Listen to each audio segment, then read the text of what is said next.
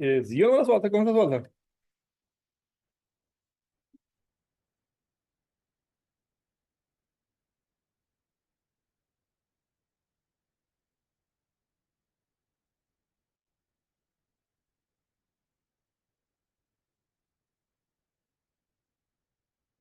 अभी तेरे डायग्राम बाद में बनाते हैं, ये टॉपिक पढ़ने पहले। Treatment of losses.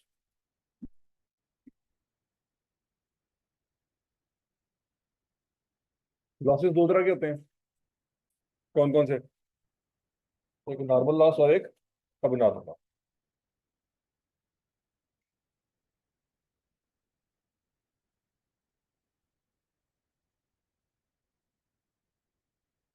ठीक है जी। लॉसेस दो तरह के होते हैं, एक नॉर्मल लॉस और एक अबनॉर्मल लॉस। नॉर्मल लॉस वो लॉस होता है which can not be avoided in production.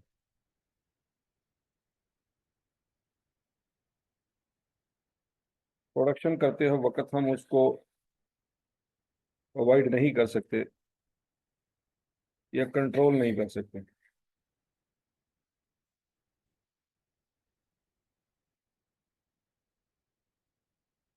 मरूफ सादल फाज में ये लॉस होना ही होना है, हम इसका कुछ नहीं कर सकते।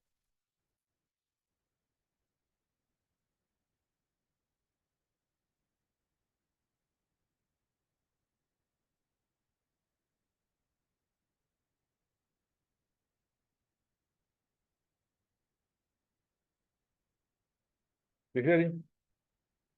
अच्छा, अब नॉर्मल लॉस वो लॉस होता है जिसको हम अवॉइड कर सकते हैं, रोक सकते हैं, बाय यूजिंग प्रिकॉशनरी मेजर्स।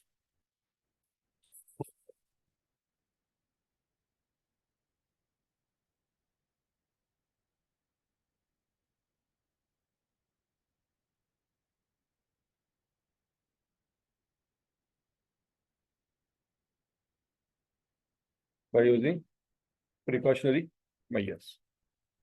यहाँ तक की बात रही। नॉर्मल लॉस चूंकि प्रोडक्शन में होना ही होना है, नॉर्मल लॉस को कभी अवॉइड नहीं कर सकते, तो ऐसे नुकसान को हम प्रोडक्शन कॉस्ट का हिस्सा बना लेते हैं, क्योंकि उसके अलावा प्रोडक्शन नहीं हो सकती। और समझ आ गई बात है?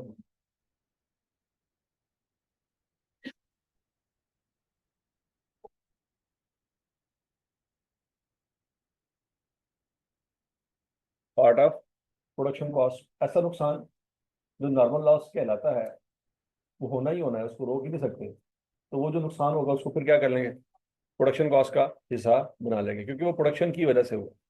अगर प्रोडक्शन ना करते तो ना होता। तो समझ आ गई है? अच्छा जी। अगला पॉइंट। अब नॉर्मल लॉस ये प्रोडक्शन का पार्ट नहीं है, क्यों? क्योंकि प्रोडक्शन की वजह से हुआ नहीं है।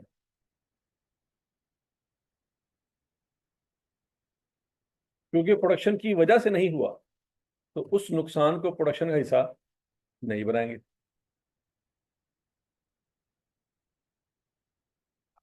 क्लियर? अच्छा जी। अच्छा, उस कॉस्ट को जो नॉर्मल लॉस की कॉस्ट है, कहाँ लिखेंगे? Treated in cost of goods produced before gross profit. जो कॉस्ट ऑफ गुड्स मैन्युफैक्चर्ड या कॉस्ट ऑफ गुड्स प्रोड्यूस्ड है, उसमें शामिल कर देंगे।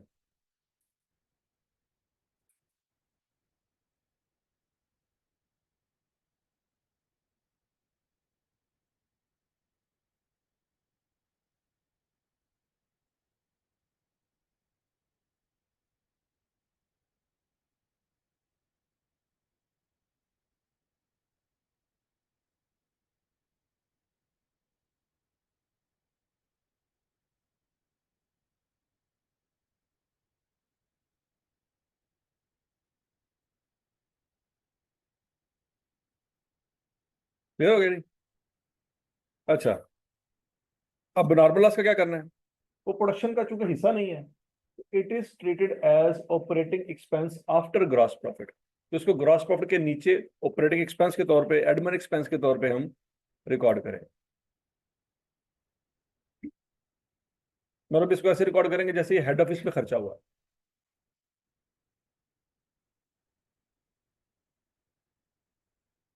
समझ आ गई सबको?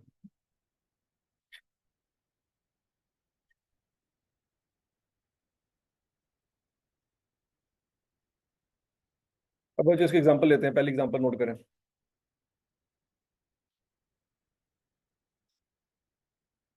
फर्ज करें बच्चों आपने 1000 यूनिट बनाए। कितने यूनिट बनाए? 1000 यूनिट बनाए, और हर यूनिट पे 500 रुपए का खर्चा आया।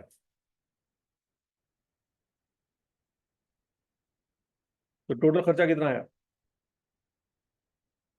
5 लाख। आपने काम तो शुरू किया 1000 यूनिट पे, लेकिन एक्चुअल में जो निकले वो 950 यूनिट निकले। कितने यूनिट निकले? 50 यूनिट जाया हो गए। क्या हो गए? जाया। अब हमने देखना ये है, ये जो जाया हुए हैं, ये एक्सपेक्टेड था कि अनएक्सपेक्टेड था? अगर तो ऐसा होता रहा है माजी में, तो इसका मतलब ये एक्सपेक्टेड था। और अगर एक्सपेक्टेड था तो ये कौन सा लॉस है? Normal loss. ये कौन सा लॉस है? Normal loss. अच्छा ठीक है जी, नॉर्मल लॉस तो हो गया। अब पॉइंट ये है कि वो जो 50 यूनिट जाया हुए, क्या उसको मार्केट में कबाड़िए को बेचा जा सकता है? जैसे घर में बर्तन होते हैं, चीजें पड़ी होती हैं, टूट जाती है, खराब हो जाती हैं, तो फिर कुछ दिनों बाद वो कबाड़िया आता है, ठीक है जी, स्पीकर लगाया होता है कि भजन टूटियां भजियां चीज़ें दे दो सानू। तो अगर तो वो टूटी भजी चीज़ें आप उस कबाड़िए को दे सकते हैं, कुछ मिल सकता है, तो उसकी कोई रिकवरी वैल्यू कहलाएगी कि उसकी कोई रिकवरी वैल्यू है कि नहीं। फिलहाल हम अज्यूम कर रहे हैं कि वो जो 50 यूनिट जाया हो गए हैं, वो कबाड़िए को बेच के 1 रुपया भी नहीं मिलना, वो कूड़े वाला आगे उठा के लेके जाएगा। उन 50 यूनिट को बेच के हमें 1 रुपया भी नहीं मिलेगा।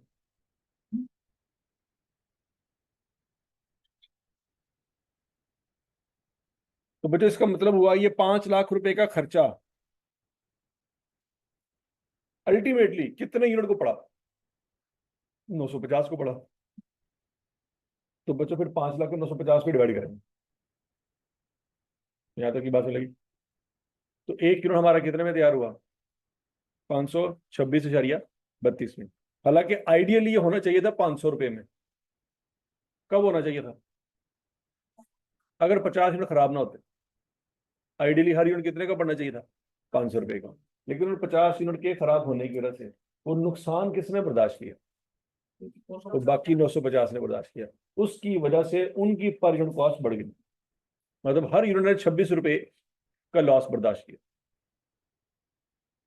समझ लगी? तो नॉर्मल लॉस को, जो गुड यूनिट बच गए हैं, उसको उन्होंने बर्दाश्त कर लिया।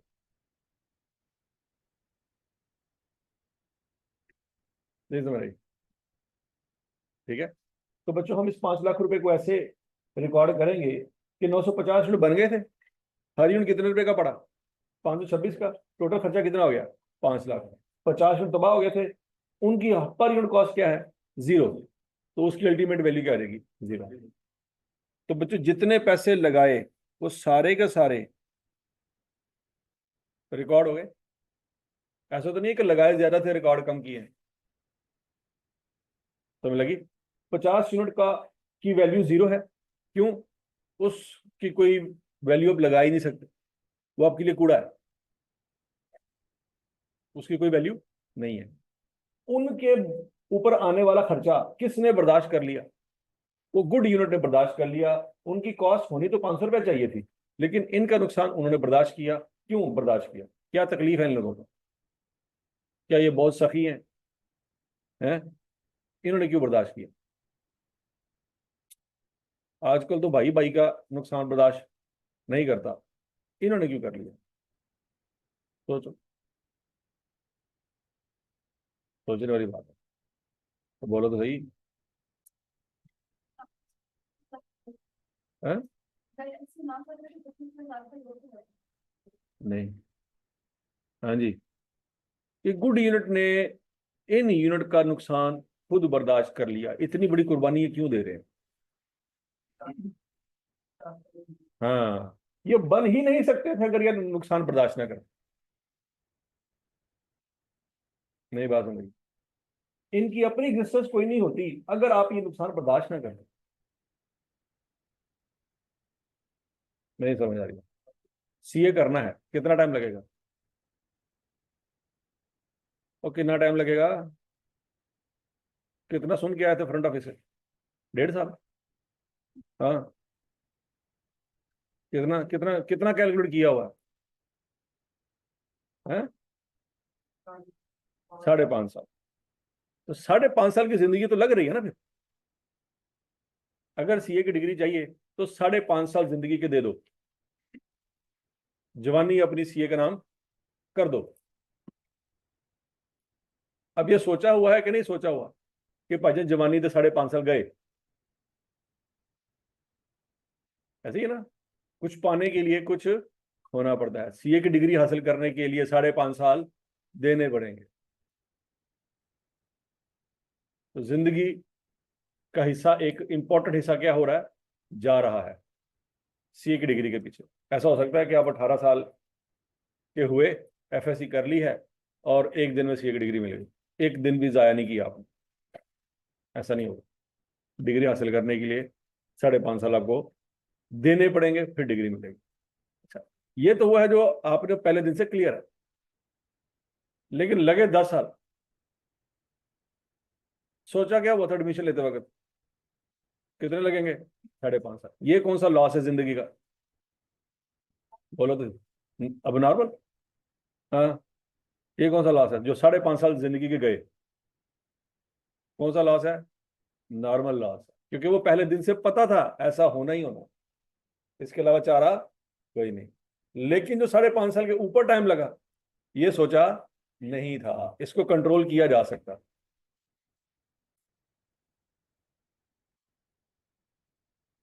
तो समझ आ रही कि नहीं आ रही? तो नॉर्मल लॉस की कोई वैल्यू नहीं। उनका जो उनके ऊपर आने वाला सारा खर्चा किसने बर्दाश्त कर लिया? अब जब डिग्री आपको मिल जाएगी, आपको गुड आउटपुट मिल जाएगा, तो वो जो 5.5 साल आपके लग गए उसके ऊपर कोई आप लॉस रिकॉर्ड नहीं कर रहे होंगे, क्योंकि सारा कुछ अब वो बर्दाश्त करेगा। वो डिग्री आपके 5.5 साल को पे बैक करेगी। तो समझ आ रही बात की कि नहीं आ रही? लेकिन वही डिग्री अगर आपको 10 साल में मिली है, तो आपको कहेंगे यार वो मेरे ऊपर वाले जो 4.5 साल जाया हुए हैं, वो नहीं होने चाहिए। उसका कोई भी मतलब नेमुल बदल नहीं हो सकता, क्योंकि डिग्री तो डिग्री होती है। 5.5 साल बाद भी वही पेपर मिलना था, 10 साल बाद भी वही पेपर मिल रहा है, वो साइज में बड़ा नहीं हो रहेगा। समझ आ रही बात? तो ये आपको 950 यूनिट आपने बना लिए, हर यूनिट 526 रुपए का पड़ा। हर यूनिट ने 26 रुपए का नुकसान बर्दाश्त किया। क्यों? क्योंकि इनकी कुर्बानी की वजह से वो बने हैं। अगर आप कहते हैं कि सर ये हम बर्दाश्त नहीं करेंगे नॉर्मल लॉस, तो फिर आपको ये नहीं मिल सकते। आप 5.5 साल नहीं लगाएंगे तो आपको डिग्री नहीं मिल सकती। हजम शुद्ध। अगला पॉइंट, एग्जाम्पल नंबर 1 क्लियर है बच्चों? ये एग्जाम्पल नंबर 1 उस सिनेरियो में है कि जब जो यूनिट तबाह हुए उसको मार्केट में बेच के 1 रुपया भी नहीं मिलना। अब आ रही है example number 2, normal loss having recovery value. Normal loss having recovery value.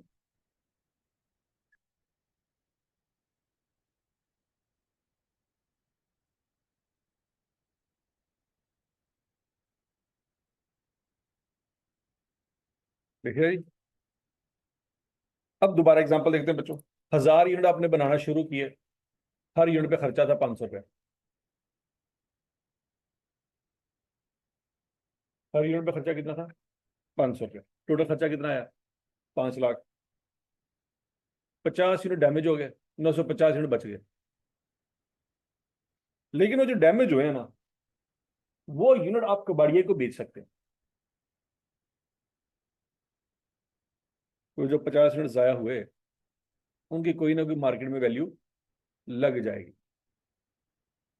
ये ऐसे ही है कि 5.5 साल का टाइम था आपके पास, सीए आप कर रहे थे, लेकिन छोटी मोटी साथ साथ ट्यूशन पढ़ाते रहे। तो वो जो टाइम आप सीए में लगा रहे थे, उसी को कहीं और लगा लगोगे, कुछ कुछ ना कुछ क्या मिलते रहे, पैसे भी मिलते रहे। तो उस टाइम की कोई रिकवरी वैल्यू भी है। समझ लगी? हर यूनिट कबाड़ी को कितने का सेल करेंगे बच्चों? 100 रुपए का। तो कुछ ना कुछ पैसे तो आ जाएंगे ना। क्या हम अब ये कह सकते हैं कि 950 यूनिट बनाने में 5 लाख लगा? पहले तो हम ये कह रहे थे ना कि 950 यूनिट बनाने में कितने पैसे लगे? 5 लाख। अब हम ये नहीं कहेंगे कि 950 यूनिट बनाने में 5 लाख लगा। क्यों? क्योंकि वो जो 50 यूनिट जाए हुए हैं ना, वो कुछ ना कुछ आपको दे के जा रहे हैं। तो कितने पैसे दे के जा रहे हैं? 5,000। तो बच्चों फिर हम क्या बताएंगे कि 950 यूनिट बनाने को खर्चा कितना लगा? 4,95,000। तो पर यूनिट कॉस्ट निकाल सकते हैं।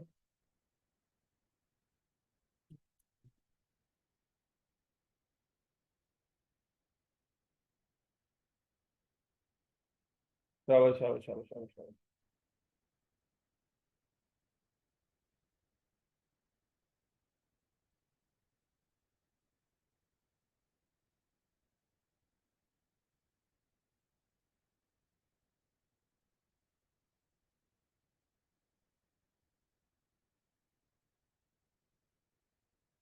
हाँ जी, क्या आंसर आ रही? 521.05। अब बच्चों देखो, पहले कॉस्ट कितनी आ रही थी? 526। अब कितनी कॉस्ट आ रही है? 521। ये क्या हुआ कि वो जो यूनिट खराब हुए थे, वो जाते जाते कुछ पैसे दे गए। इसका मतलब है अपना कुछ नुकसान खुद बर्दाश्त कर गए। तो फिर वो 26 रुपए पर यूनिट का नुकसान जो पहले बर्दाश्त कर रहे थे गुड यूनिट, अब वो 26 रुपए के हिसाब से बर्दाश्त नहीं करेंगे, 21 रुपए का बर्दाश्त करें। नहीं बात समझ आई? अच्छा, ये 521 लॉजिकली तो आपको समझ आ गया ना? आज तो दिमाग काम कर रहा है। लेकिन हफ्ते बाद दिमाग काम, हफ्ते दी बड़ी दूर दी मैं गल करती। वैसे आपके बारे में बड़ा अच्छा गुमान रखता हूं मैं। शाम का पता कोई नहीं, शाम में फार्मूला भावें भूल जाए। तो बच्चों इसको नोट कर लो कि आपने 521 निकाला कैसे। आपने बेसिकली 4,95,000 डिवाइड में 950 किया है। ऐसी है ना? तो 495 बना कैसे है? 5 lakh minus 5,000 divided by 1,000 minus 50। ऐसी है? तो फिर 5 लाख क्या है?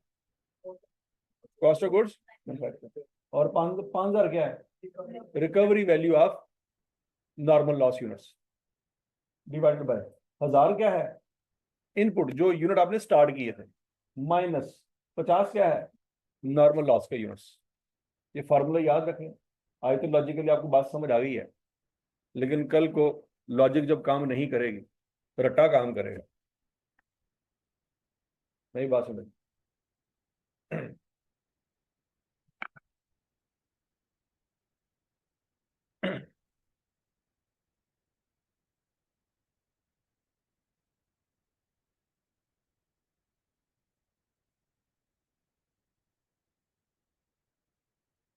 देखिए ना, असल में तो ये होना चाहिए था ना कि 5 लाख खर्चा आया है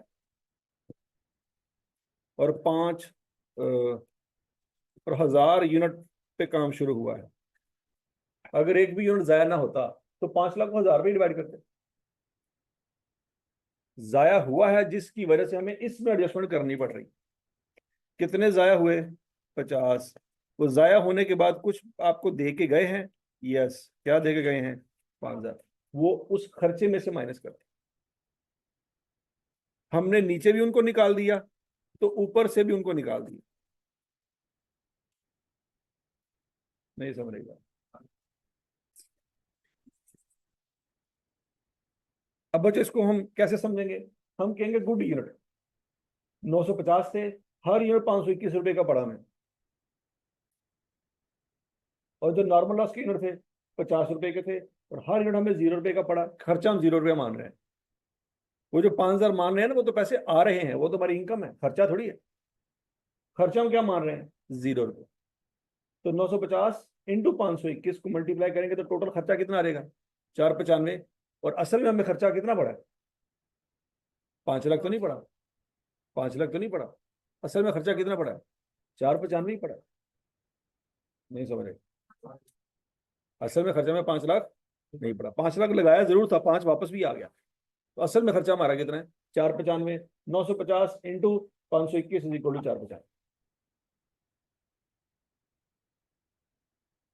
तो बच्चों देख लो, नॉर्मल लॉस की वैल्यू ना तो ऊपर थी और ना ही नॉर्मल लॉस की वैल्यू नीचे है। क्योंकि उनका नुकसान गुड यूनिट ने बर्दाश्त कर लिया। हाँ, वो नुकसान थोड़ा सा कम हो गया। क्यों? क्योंकि नॉर्मल लॉस की वजह से इनकम हुई है 5,000।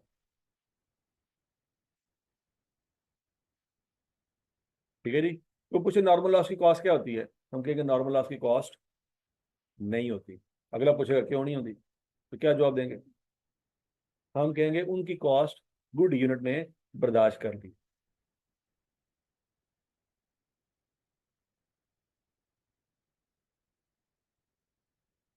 हजम शुद। तीसरी एग्जांपल। अब बच्चों आ गया अब नॉर्मल लॉस।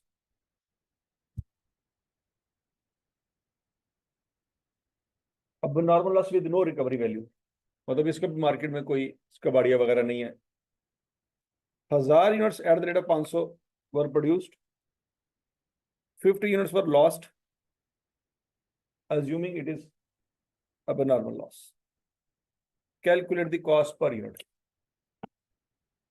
लगाने के बाद मालूम है।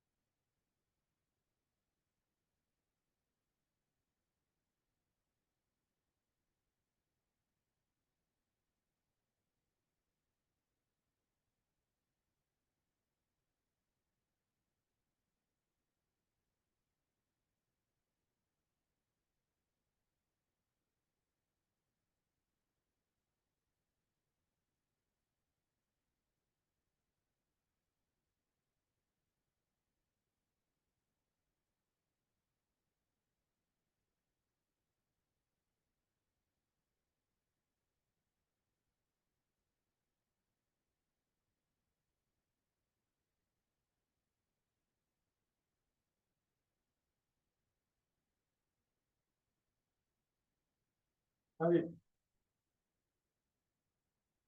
बताएं। अब 1,000 यूनिट पे काम शुरू किया, 500 रुपये खर्चा आया, टोटल खर्चा है 5 लाख, 50 यूनिट तबाह हो गए। अज्यूम कर रहे हैं कि यह नॉर्मल लॉस था, मतलब होने नहीं चाहिए थे, तबाह हो गए। अब एक यूनिट कितने रुपए का पड़ा, जो गुड यूनिट है? कितने का पड़ा बच्चों? 500 का। क्यों? हम कहेंगे कि हम उन खराब शुदा यूनिट के लॉस को गुड यूनिट पे ट्रांसफर नहीं करें। उनका कोई कसूर नहीं था, वो बन सकते थे इसके बगैर भी। मतलब प्रोडक्शन की वजह से वो यूनिट तबाह नहीं हुए, मैनेजमेंट की ना अहली की वजह से यूनिट तबाह हुए। समझ लगी बात? सीए की डिग्री की रिक्वायरमेंट ये नहीं थी कि 10 साल लग जाए, आप लोगों के गलत फैसलों की वजह से ऊपर एक्स्ट्रा साल लगे। हरदम शुद्ध। ये याद रही कि तुम कबर दी कन्ना तक मसाला, मसाल ऐसी दो जरी कबर तक लैके जाओ ना आप। ठीक है, और कंसेप्ट क्लियर होए ना होए। अब नॉर्मल आसी तुम बोला।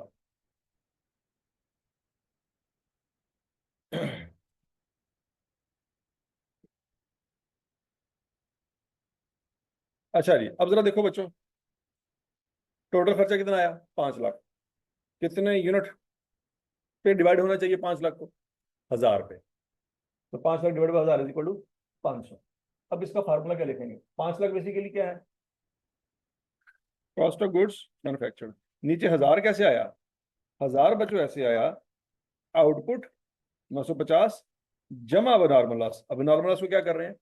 जमा कर रहे हैं। नॉर्मल लॉस को क्या करते थे? माइनस करते थे। लेकिन अब नॉर्मल लॉस को क्या कर रहे हैं?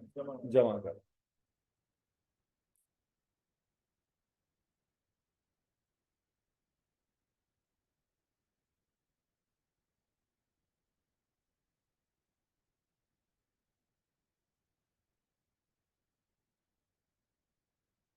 समझ लगी बच्चों? तो फिर हम कहेंगे कि 950 यूनिट तो गुड यूनिट थे, हर यूनिट कितने का पड़ा में? 500 का।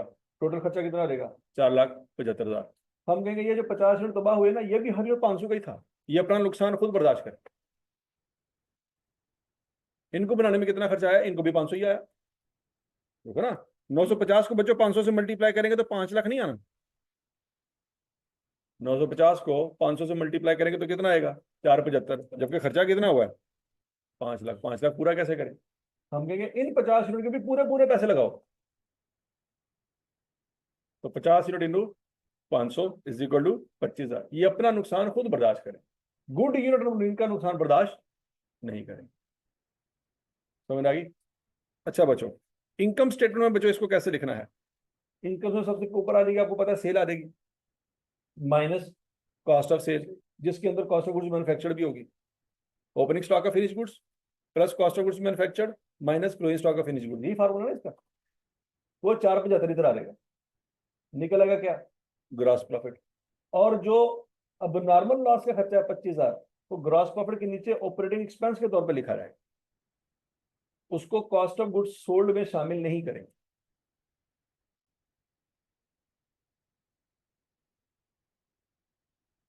नहीं समझ रही?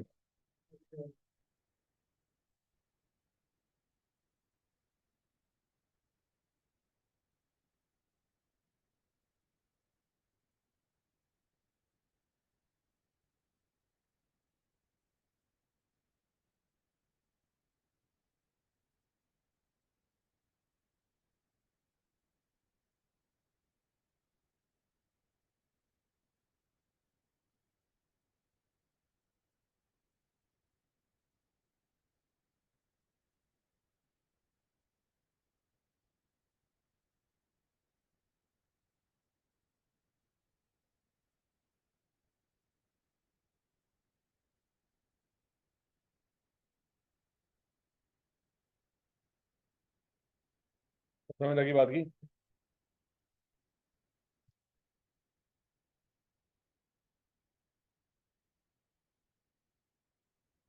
अच्छा जी, अब बच्चों एग्जांपल नंबर 4 लिखें। अब normal loss with recovery value.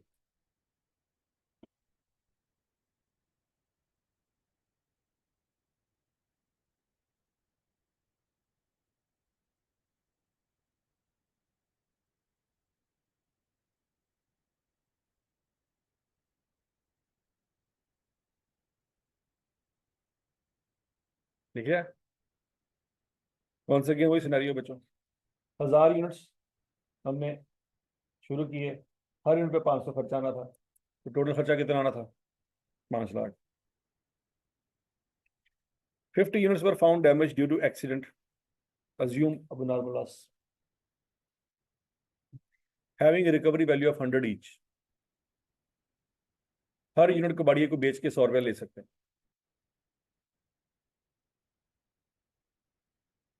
बताओ जरा, अब आपके नजदीक हर यूनिट कितने रुपए का पड़ेगा?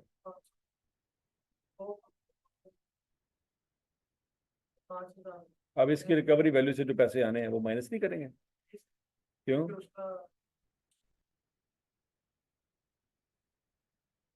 तो अकल इस्तेमाल कर लें, शाबाश। अब नॉर्मल लॉस को कबाड़िए को बेच के जो पैसे आने हैं, क्या वो हम अपनी कॉस्ट ऑफ गुड्स मैन्युफैक्चर में से माइनस करें या ना करें? क्यों ना करें? हाँ, उसका लॉस हम बर्दाश्त नहीं कर रहे, तो आने वाली कमाई क्यों करें? मेरी बात सुने, अब बोलो तो सही।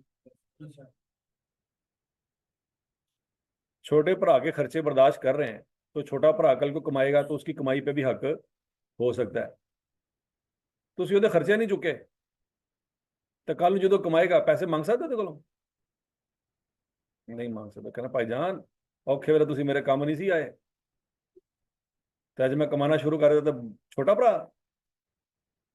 है, क्या ये खुला तजाद नहीं? तो समझ आ गई है? तो बड़ा भाई छोटे भाई से पैसे कब मांग सकता है? जब मुसीबत के वक्त उसने उसको सपोर्ट किया हो। हाँ जी, तो बच्चों करेंगे अभी भी वही क्या, 5 लाख का खर्चा divided by 1000 unit is equal to हर यूनिट में कितने का पड़ेगा, 500 का। अब जरा ध्यान से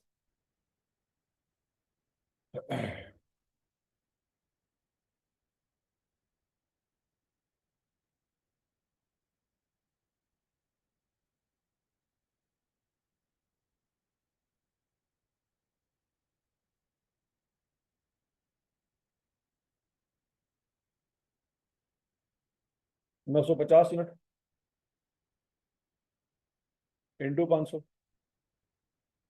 कितने बन गया जी, 4,75,000।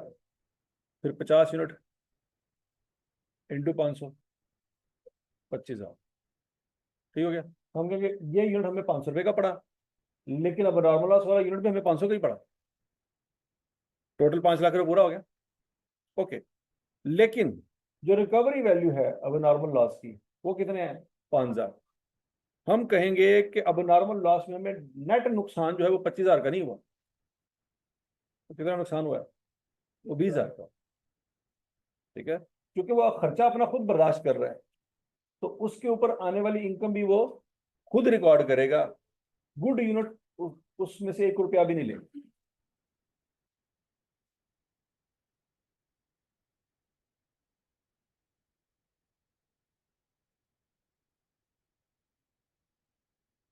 समझ आएगी बात की बच्चों। प्रॉफिट लॉस में कैसे लिखेंगे, sale minus cost of sale is equal to gross profit minus operating expense, उसमें वो नॉर्मल लॉस आ जाएगा। लेकिन वो प्रॉफिट लॉस में 20,000 रुपये पे लिखेंगे, 25 पे नहीं लिखेंगे, क्योंकि नेट हमें लॉस जो पड़ा है वो 20,000 का पड़ा है।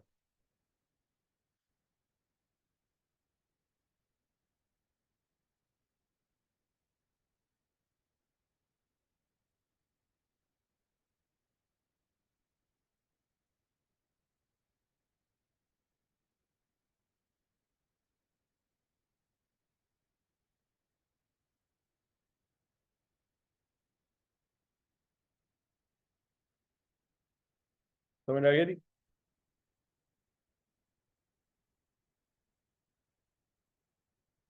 लो जी, अब दोनों लॉसेस इकट्ठे आ गए। एग्जाम्पल नंबर 5, अब normal loss and normal loss having recovery value.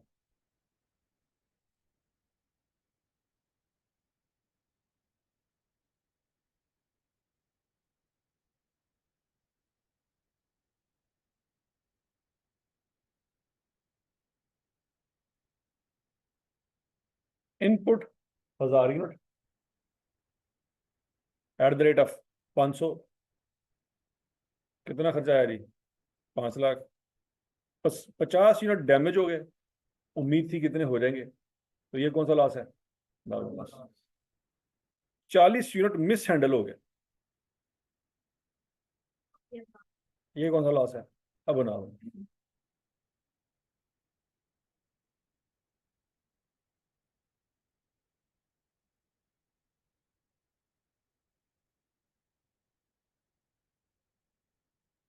तो लगी बात। अब अगला पॉइंट, बोथ दीज यूनिट्स मतलब 50 और 40 दोनों मिला के हम कबाड़िए को सेल कर सकते हैं, और कबाड़िया हमें हर यूनिट का 100 रुपया देगा।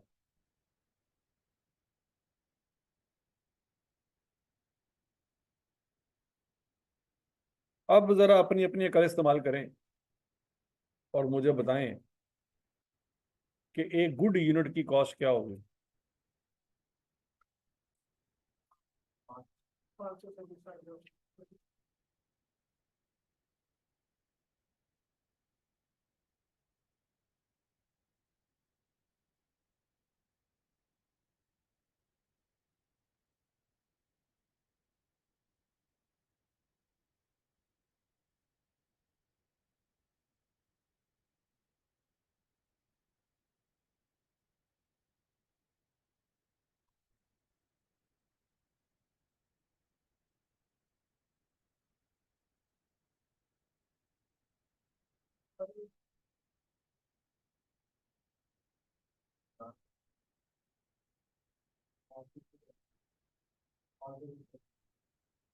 क्या आंसर आएगा जी, 521। कैसे बच्चों, 5 लाख माइनस 5,000 डिवाइडेड बाय 910 जमा 40, ये 910 कहाँ से आया, 40 कहाँ से आया? 910 गुड यूनिट है, और प्लस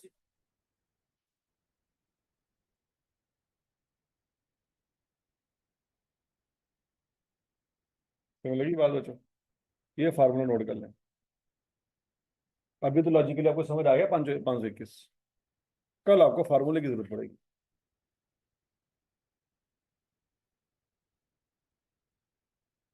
रिकवरी वैल्यू किसकी माइनस करनी है?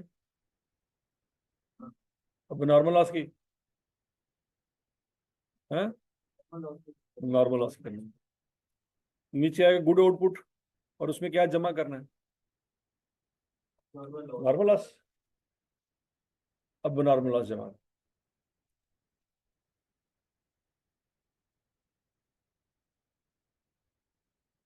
या बच्चों एक और फार्मूला भी हो सकता था। वो क्या? कॉस्ट ऑफ गुड्स मैन्युफैक्चर्ड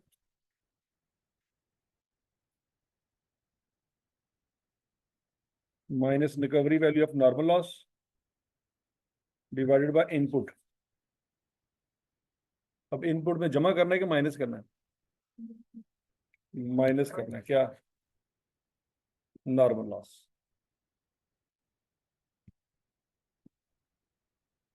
अगर आपने आउटपुट लिया तो अब नॉर्मल लॉस के यूनिट्स जमा करेंगे, लेकिन अगर आपने इनपुट लिया तो नॉर्मल लॉस के यूनिट माइनस करेंगे। ये ध्यान रखना दोनों फार्मूले से, क्योंकि दोनों से अल्टीमेटली आंसर 950 बनता है।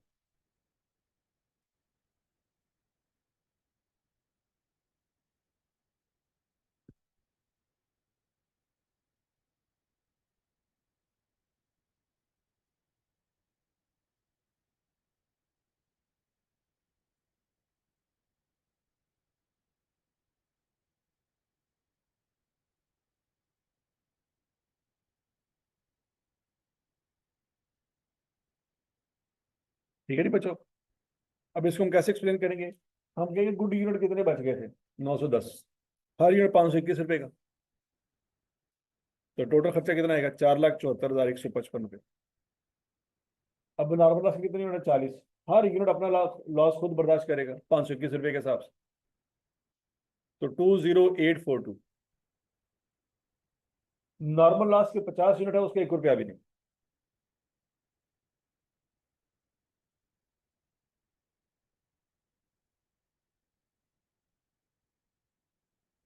समझ आ गई बात?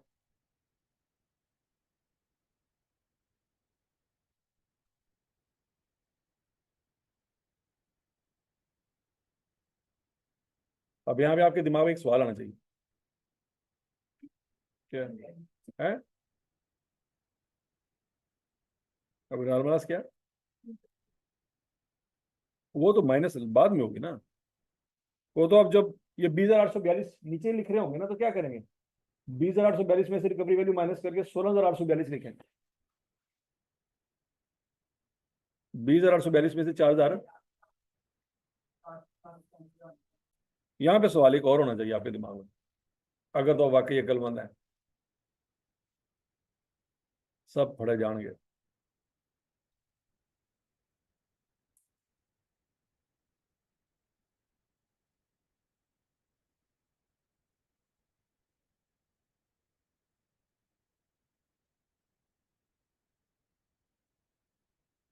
हाँ जी, ये क्वेश्चन है कि सर अब नॉर्मल लॉस तो 500 रुपए का हिसाब से रिकॉर्ड होना चाहिए। ऊपर हम पढ़ के आए हैं, अब नॉर्मल लॉस की कॉस्ट क्या निकली है? 500। अब नॉर्मल लॉस की कॉस्ट 521 क्यों है? अब नॉर्मल लॉस भी नॉर्मल लॉस बर्दाश्त कर रहा है।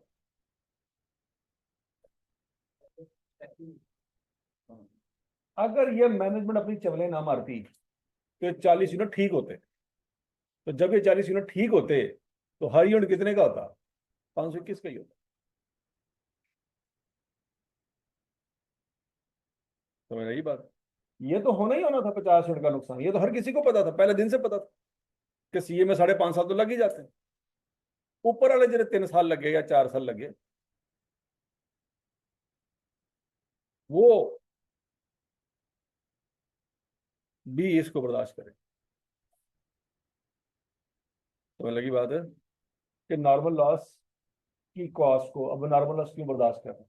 क्योंकि बाय डिफॉल्ट तो वो गुड यूनिट होने थे। ठीक हो गया। तो वो तो मैनेजमेंट की नाअहली की वजह से खराब हुए हैं, तो फिर 21 का लॉस तो वो बर्दाश्त करेंगे।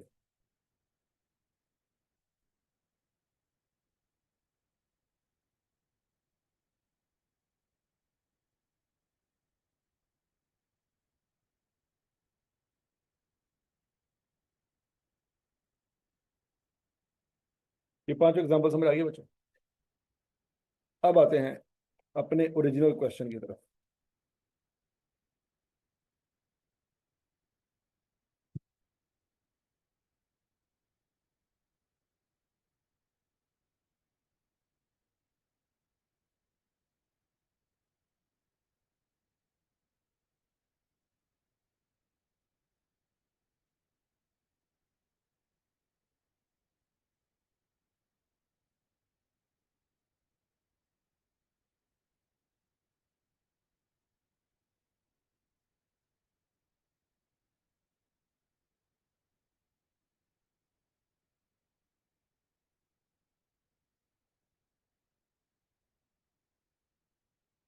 बाइनरी लिमिट ये सवाल था ना। इसका मैंने आपको कहा था बच्चों,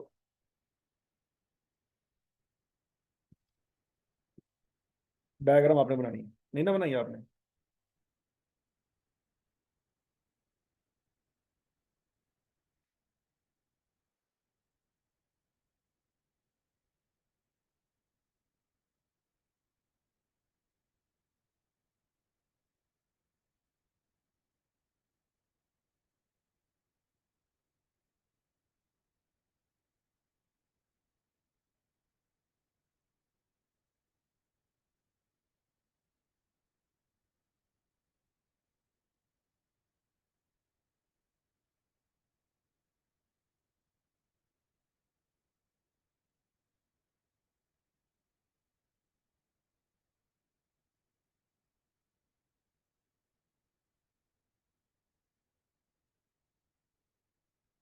अच्छा ये देखिए तो बच्चों, डायग्राम ज्वाइंट प्रोसेस है, उसमें इनपुट ऐड हुआ, कितना मटेरियल लगा, कितना लेबर लगा, कितना ओवरहेड लगा, हमें नहीं बताया उसने सवाल में।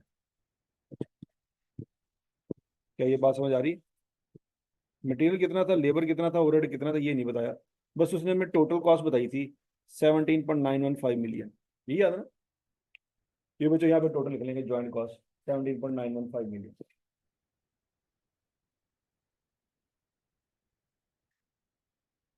ठीक हो गया।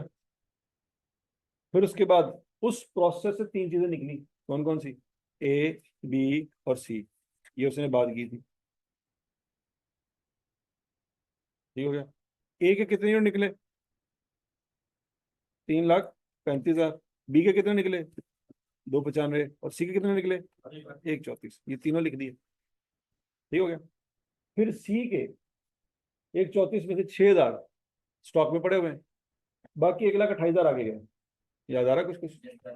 वो जो 1,28,000 आगे गए, उस पे मटेरियल भी लगा, लेबर भी लगा और ओवरहेड भी लगा। यहाँ पे लेबर और ओवरहेड की बात तो की है, मटेरियल की बात नहीं की। तो मटेरियल कहाँ से आएगा? है?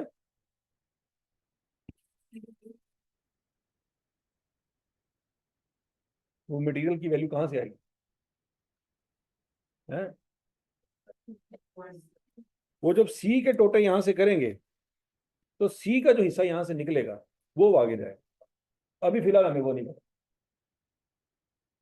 समझ आ गई बात? आगे चलते हैं। फिर उससे जी बना, जी बना, फिर बाय प्रोडक्ट बना, वी, और कुछ यूनिट जाया हो गए। याद आ रहा कुछ कुछ? और वो जो यूनिट जाया हो गए, उसके बारे में उसने यहाँ पे कुछ बताया था।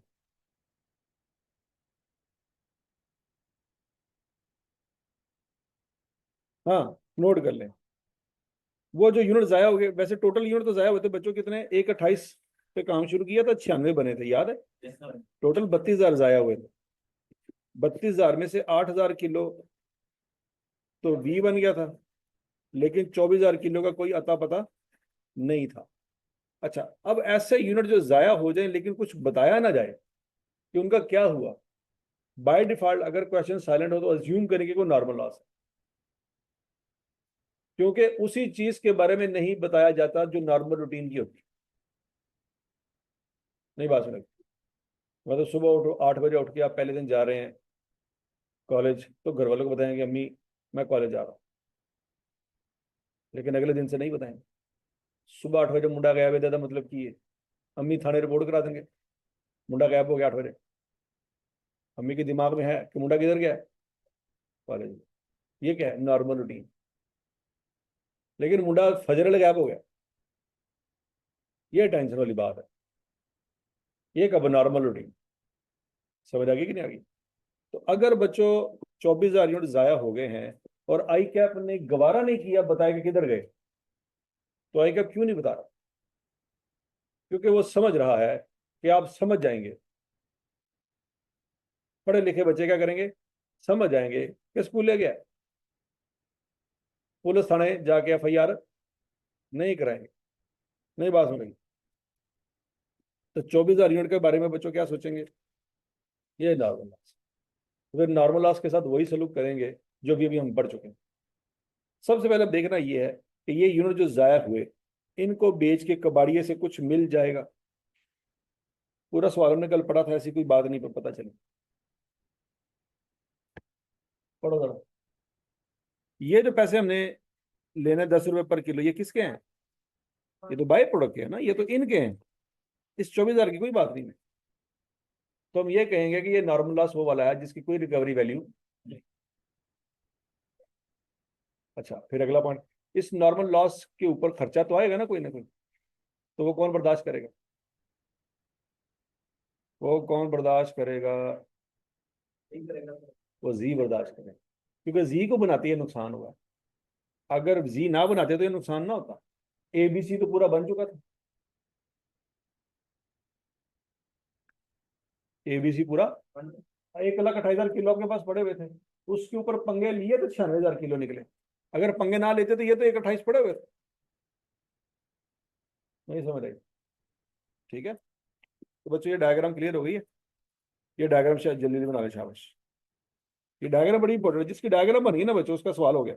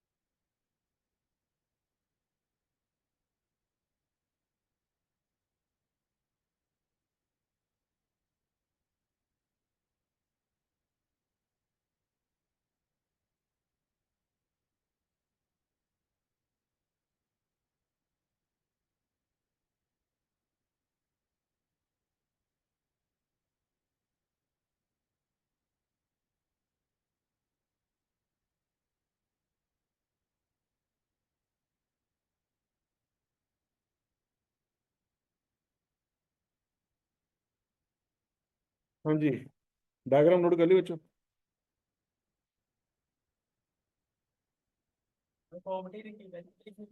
हैं,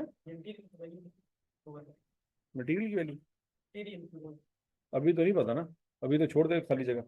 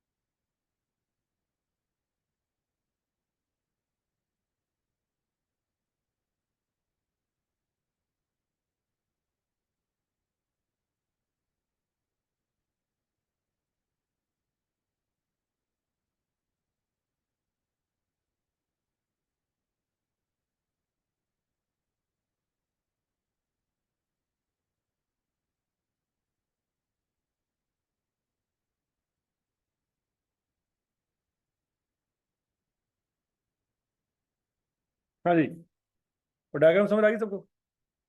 अब बच्चों जरा ये पहले वर्किंग नंबर वन देखते हैं। वर्किंग नंबर वन है आज जी कि कितने यूनिट आपने बनाए, ए बी, जी नहीं बनाया, सी बनाया। अच्छा, आउटपुट कितना बनाया वो भी आपको पता है।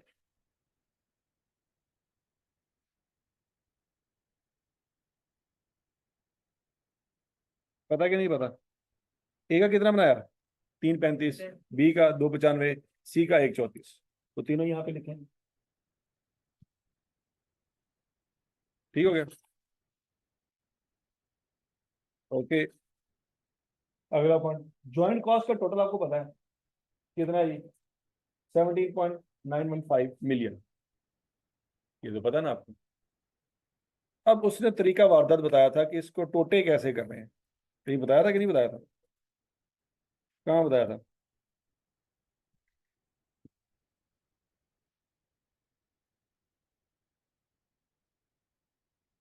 किसकी बेस पे टोटे करने हैं? तो बच्चों यहाँ पे सेल प्राइस मैं क्यों नहीं ले रहा, एबीसी की सेल प्राइस क्यों नहीं ले रहा? वो कब लेनी होती है? सप्लीटो। हाँ, सेल प्राइस कब लेते होते हैं एबीसी की?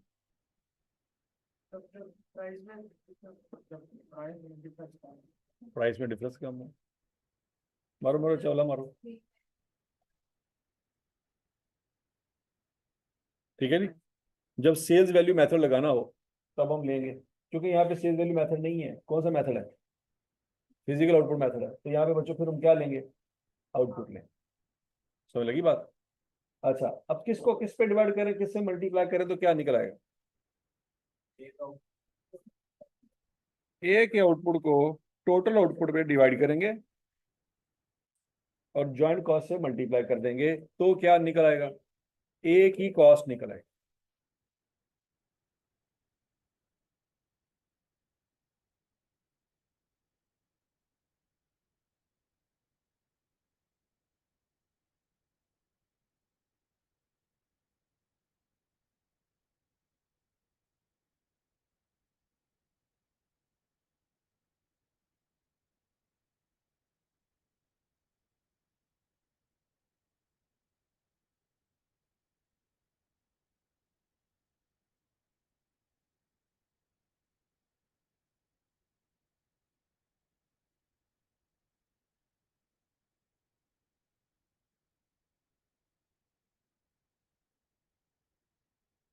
ठीक हो गया जी।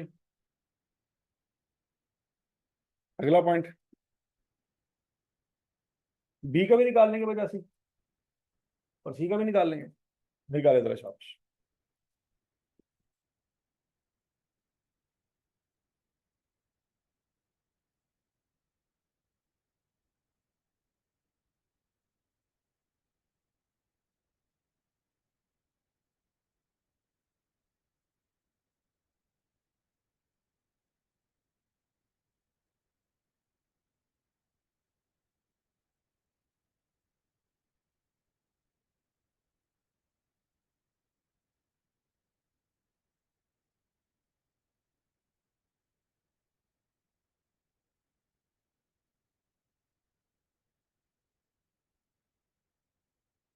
हाँ जी। अब बच्चों ये आपने यहाँ से सही निकाला है या गलत निकाला है, इसकी निशानी क्या है? फिजिकल में वैल्यू पर कॉस्ट पर केजी निकाल के देखो, याद है कि फिजिकल आउटपुट में एक निशानी हमने पढ़ी थी कि कॉस्ट पर केजी क्या होती है, सेम होती है। तो तीनों की कॉस्ट पर केजी निकाल के देख लो सेम है कि नहीं।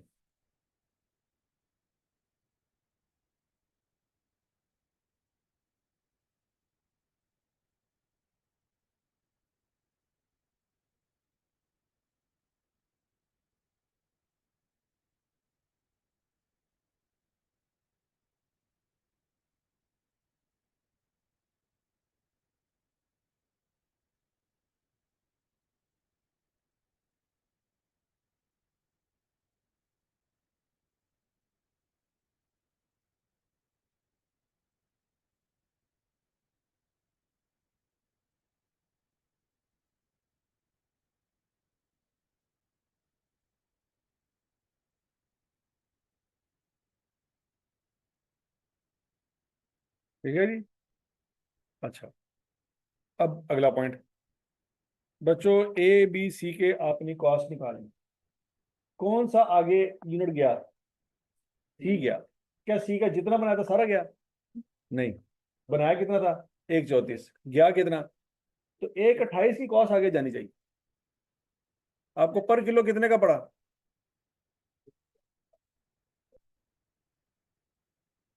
पर किलो तीनों का सेम है, 23.45 रुपए। तो 1,28,000 को बच्चों 23.45 से मल्टीप्लाई करेंगे तो वो मटेरियल आ जाएगा जो तीसरे अगले प्रोसेस में गया। नहीं समझ? हाँ? देखो ना, हमने यहाँ पे सी की पर यूनिट कॉस्ट निकाली हुई है, कितनी है? कितने किलो आगे गए? 1/28।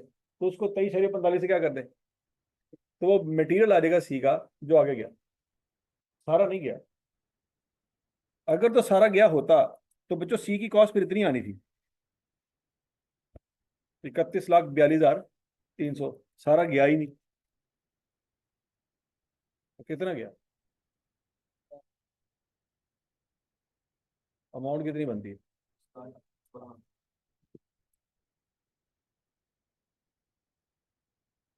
30 लाख है? 3 लाख। हाँ ठीक है जी। कल तुम बोर्ड 'ਚ बैठे होना, तेरे चुक के बाहर मारना कि तेन नंबर नहीं बोलना आंदे, सीए तू कीता है।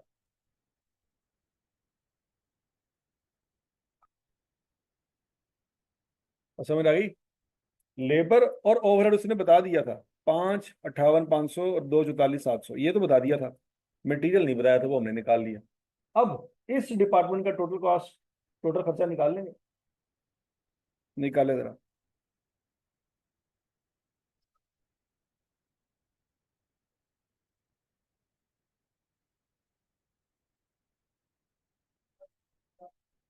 हौसला हौसला, गलत तो समझा।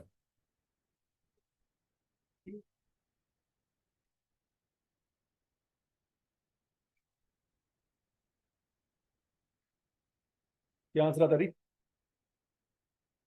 3804800।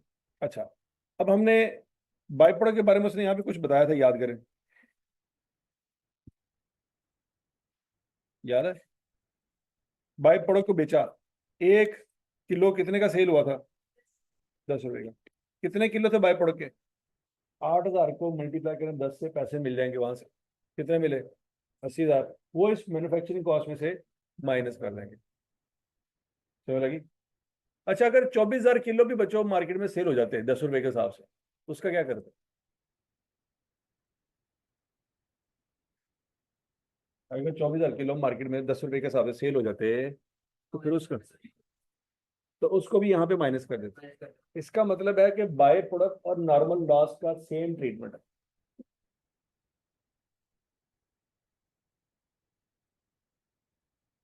जो सलूक हम बाय प्रोडक्ट के साथ करते हैं वही नॉर्मल लॉस के साथ होता, अगर उसकी यहाँ पे रिकवरी वैल्यू होती।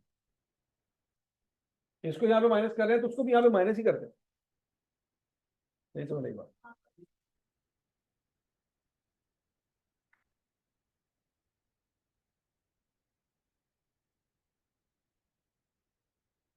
क्लियर है जी। अच्छा, अब नेट कॉस्ट कितनी आई? 3724,800। क्या बच्चों वो जो 8,000 यूनिट बाई प्रोडक्ट के थे, क्या उन पे आने वाला खर्चा माइनस कर चुके हैं? ठीक हो गया ना? वो 24,000 यूनिट है, उनका तो हमने अज्यूम किया कि खर्चा है ही जीरो। तो 24,000 किलो वो निकल गए, 8,000 किलो वो निकल गए। ये जो बाकी खर्चा बचा ये 96,000 किलो का है। ये 1,28,000 किलो का नहीं है। नहीं समझ रहे? आगे सर। तो बच्चों ये खर्चा किस पे डिवाइड होना चाहिए? 96,000 पे डिवाइड होना चाहिए। लॉजिकली बात समझ रही कि नहीं? सर। अच्छा, अगर बच्चों सोच समझ के जवाब देना, वो अगर कह देता सवाल में कि यह नॉर्मल लॉस है, तो फिर ये 3724800 को किस पे डिवाइड करते हैं? और 1,20,000 पे 1,20,000 पे डिवाइड करते हैं। अब वो नॉर्मल लॉस को भी इसमें शामिल करें। ऐड कर दें। याद है ना? गुड आउटपुट प्लस अब नॉर्मल लॉस। अब नॉर्मल लॉस को जमा करें। तो ये पंगे याद रखने हैं। आई का आपने एक पंगा दिया है, दूसरा आपके लिए संभाल के रखा होगा उसने, कि वो सवाल में नॉर्मल लॉस की या रिकवरी वैल्यू दे रहे, या उसको अब नॉर्मल लॉस कह दे।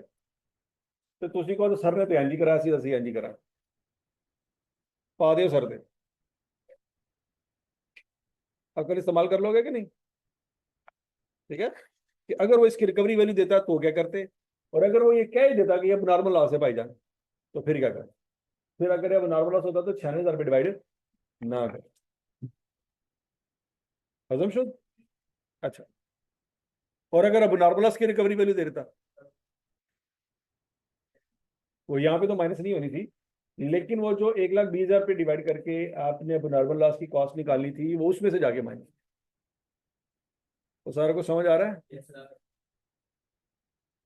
अच्छा जी, 37,24,800 को डिवाइड किया बच्चों 96,000 पे, तो एक यूनिट की कॉस्ट हमें कितनी पड़ी? 38.8। हमने 96,000 यूनिट बनाए तो थे, लेकिन क्लोजिंग स्टॉक में कुछ इसके यूनिट पड़े हुए थे। याद है ना? जी के कल हमने निकाले थे। जी के क्लोजिंग स्टॉक में कितने यूनिट पड़े हुए थे? कल मैंने बताया था 10,000 पड़े हुए थे, याद है? वो कोई 8,000 शुरू में पड़े हुए थे और 2,000 इसमें से, ऐसे ही है। 10,000 यूनिट बच गए। अच्छा, यहाँ पे फिर उसने बताया कि ये जो क्लोजिंग स्टॉक इस पे मेथड कौन सा है, तो इसका मतलब है जो यूनिट बचे होंगे वो कौन से वाले होंगे? वो फ्रेश वाले होंगे। तो फ्रेश की कॉस्ट आपने अभी भी निकाली है, कितनी है? तो 38.8 को मल्टीप्लाई करेंगे 10,000 से, तो क्लोजिंग स्टॉक की वैल्यू आ जाएगी ऊपर से।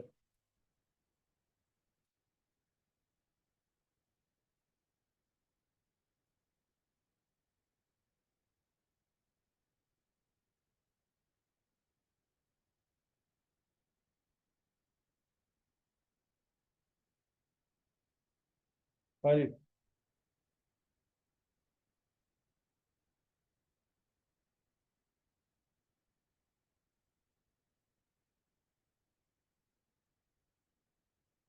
ठीक हो गया, सबको समझ आ गया? अच्छा जी, तो बच्चों फिनिश गुड्स की क्लोजिंग स्टॉक की वैल्यू भी पता चल गई आपको। ये 3,28,000 कहाँ चली जाएगी बैलेंस शीट में, क्योंकि क्लोजिंग स्टॉक तो यहीं पर पड़ा था। अच्छा, ये सारे स्यापे कवर हो गए बच्चों। एक स्यापा रह गया, इसका कुछ करना है। पढ़ो जरा क्या लिखा हुआ है। Selling and admin cost of 25 lakh were incurred during the period, these are allocated to all the main products based on sales value. क्या ये फिजिकल आउटपुट की बेस पे डिवाइड करना है? नहीं। किसकी बेस पे? सेल्स वैल्यू की बेस पे। ये वाला टेबल जरा आप बनाएं ताकि लग पता जाए।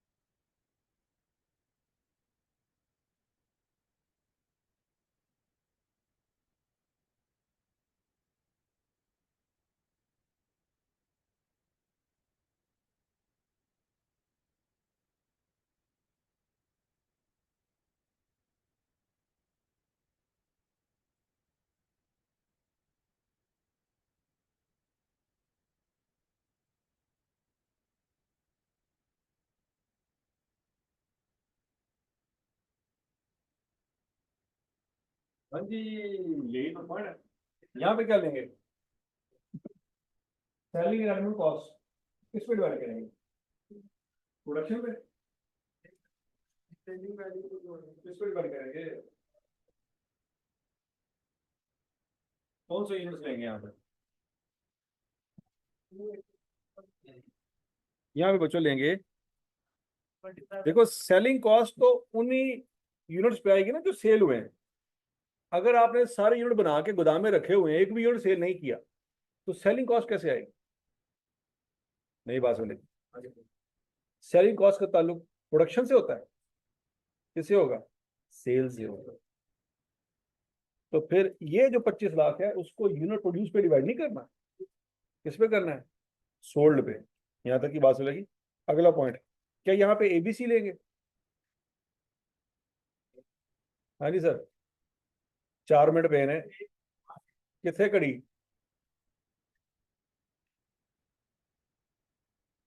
ठीक है जी।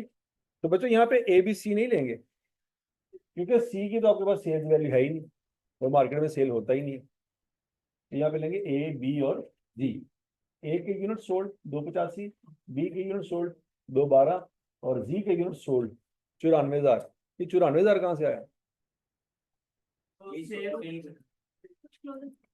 ठीक है, हमने बनाए तो मेरा ख्याल है, हाँ, ये लिखा हुआ है।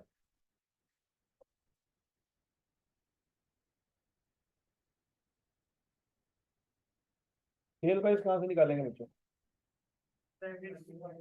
ये उसने दी हुई है 30.85, 40.38, और इसकी सेल प्राइस यहाँ से निकाल लेंगे। नहीं भी निकालनी होगी तो वैसे सेल रेवेन्यू टोटल आपको दिया हुआ,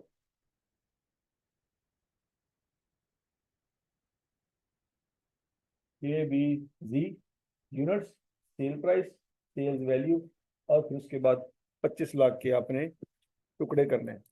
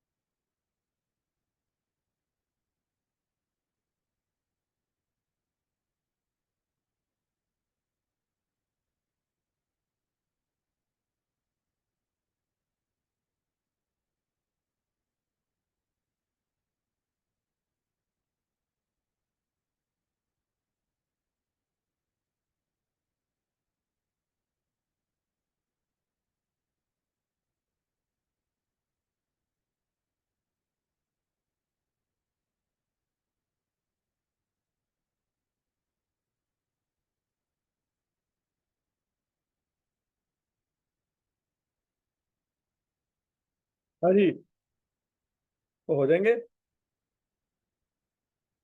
तो बच्चों ए की सेल्स सेलिंग एक्सपेंस कितना आएगा, 10,79,805, बी का 10,51,350, और जी का 3,68,845। सबने कर लिया जी।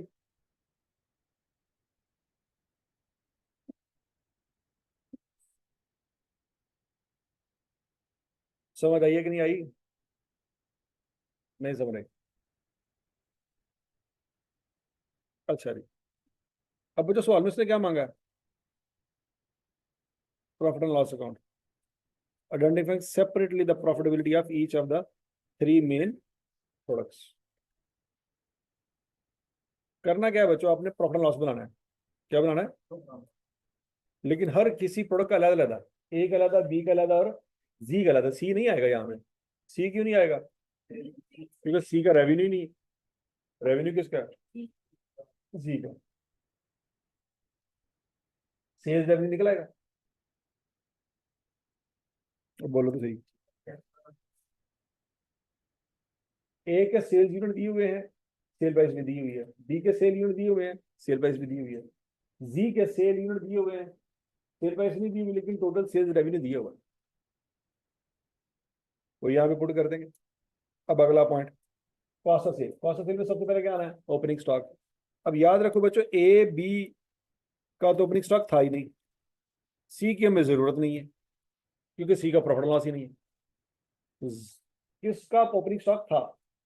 जी का था। और जी के ओपनिंग स्टॉक की वैल्यू उसने खुद ही बताई थी, कितनी है? 1,72,800। ए का भी नहीं है, बी का भी नहीं है, और जी का है 1,72,800, वो लिख देंगे। प्लस यहाँ पे क्या देगा? Cost of goods manufacture. ये वही कॉस्ट ऑफ गुड्स मैन्युफैक्चर है बच्चों, जो ऊपर से आपने निकाली हुई। यहाँ तक की बात सुन लगी? ये इस टेबल में है। देखो जरा, ए की कॉस्ट ऑफ गुड्स मैन्युफैक्चर कितनी है? 7,855,750। बी की कितनी है? 6,917,758। और सी की लेनी है? सी की नहीं लेनी क्योंकि सी का प्रॉफिट लॉस ही नहीं है। तो बच्चों ए की लेंगे, बी की, और जी की वैल्यू कहां से लेंगे? वो यहां पे आपने कहीं पे निकाली होगी, ये वाली 37,24,000। यहां तक की बात सुन लगी? फिर क्लोजिंग स्टॉक, ए का भी क्लोजिंग स्टॉक बचा हुआ था, याद करो कितना बचा हुआ था? कल आपने निकाला था 50,000। इस 50,000 को बच्चों मल्टीप्लाई करेंगे कॉस्ट पर यूनिट के साथ, जो कि यहाँ पे टेबल में आपने निकाली हुई है, 23,45। याद आया कुछ कुछ? फिर बी का भी क्लोजिंग स्टॉक पड़ा हुआ था, कितना?